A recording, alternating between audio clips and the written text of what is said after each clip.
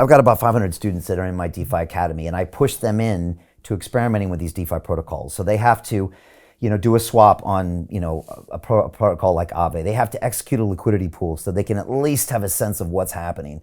And when they look at something like Aave, you don't see all those risks that you're talking about, right? They see I can lend Ethereum or borrow Ethereum, et cetera. But you're not going to be able to tell, like you said, all of those risks out there that are almost unquantifiable. When I traded on Wall Street, like you said, when I did a contract with the board of trader, the mercantile exchange that merged later, that was pretty good credit risk, right? They were good at what they did. They would do margin calls. You knew they would be there. When it came to the trades we did OTC, we would post nothing. There was no information out there because that's how we made our money. But also the counterparties were highly reliable because they were all banks, AA rated, single A rated banks. And of course the Fed's watching everybody. We got risk committees that are coming down trying to watch us. They do a pretty good job until something comes along like a black swan event and then it goes out the window. But now you've got DeFi where you've got markets that look similar, but like you said, there are all these different risks out there and very few people even understand what those risks are. And maybe that's where you come in. Yeah, exactly. Like the idea of using simulation in high frequency trading. One other thing that's actually a thing that it's very useful for is giving you some notion of interpretability. So you might make a strategy that's sort of this abstract math strategy. You take some signals, you like construct some, prediction based on the signal. And then if the prediction says very high probability of something happening, you go do a trade. That's very abstract. You don't know what the economic reason it's doing something might look like. But if you run many simulations, then you start looking on average like, oh, it tends to be that this algorithm I wrote is really capturing the fact that there are a bunch of ETFs that are actually buying around the times I'm trading.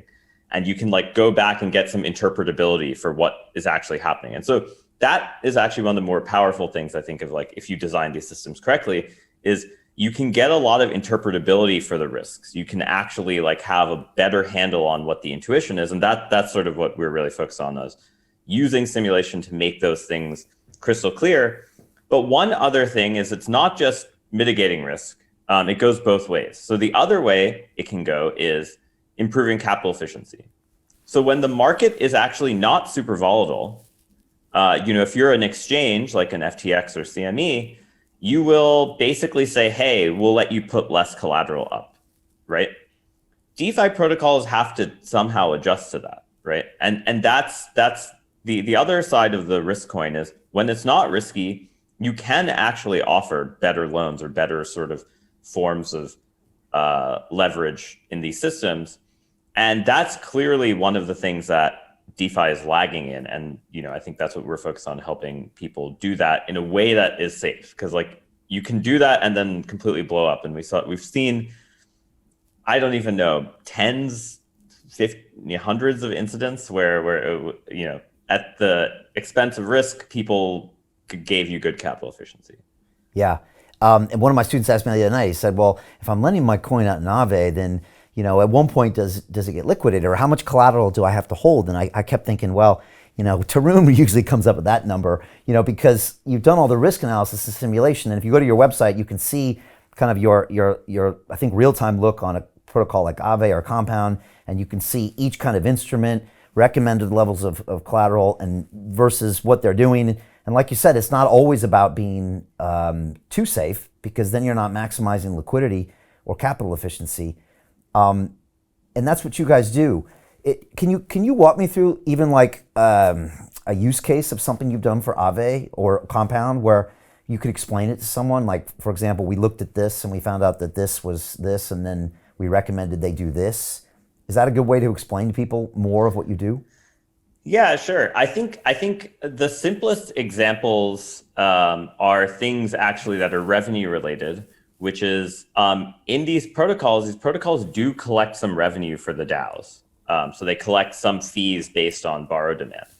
Now, one question you might ask is, what are protocols supposed to do with these fees? Well, they sort of act as a capital buffer, sort of like pseudo insurance. I wouldn't call it totally like insurance, but that revenue that the protocol generates is sort of value generated for token holders.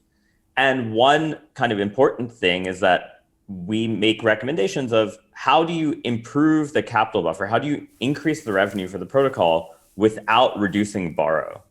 And there's a couple levers for doing that.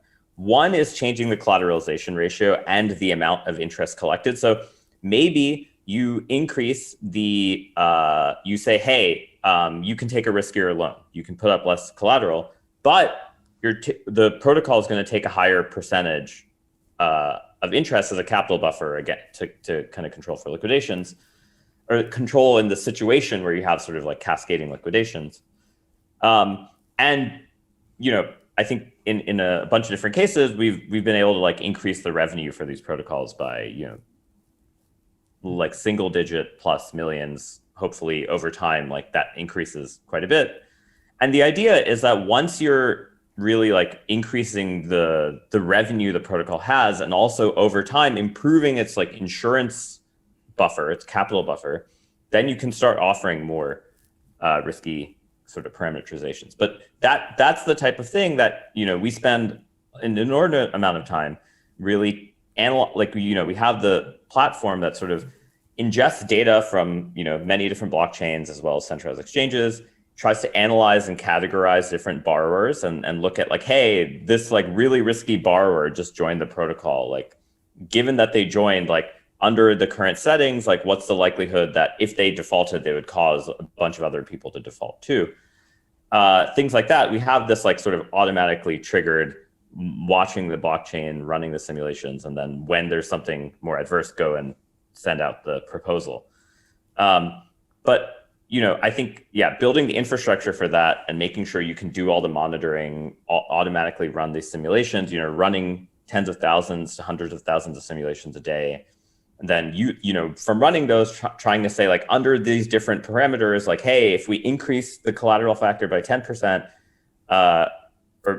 and then reduce the sort of revenue taken, earned by the protocol, what's the expected sort of safety value at risk and stuff like that. And so that's the type of stuff we spend a lot of time doing in a way that is similar to how people in high frequency trading optimize their strategies, except we think of the DeFi protocol as doing a strategy. It is a trader, right? It's trying to execute some type of strategy. Yes, it's trying to be delta neutral or trying to have certain types of risk properties. But it's a strategy that needs to be optimized as a function of market data, user data, et cetera.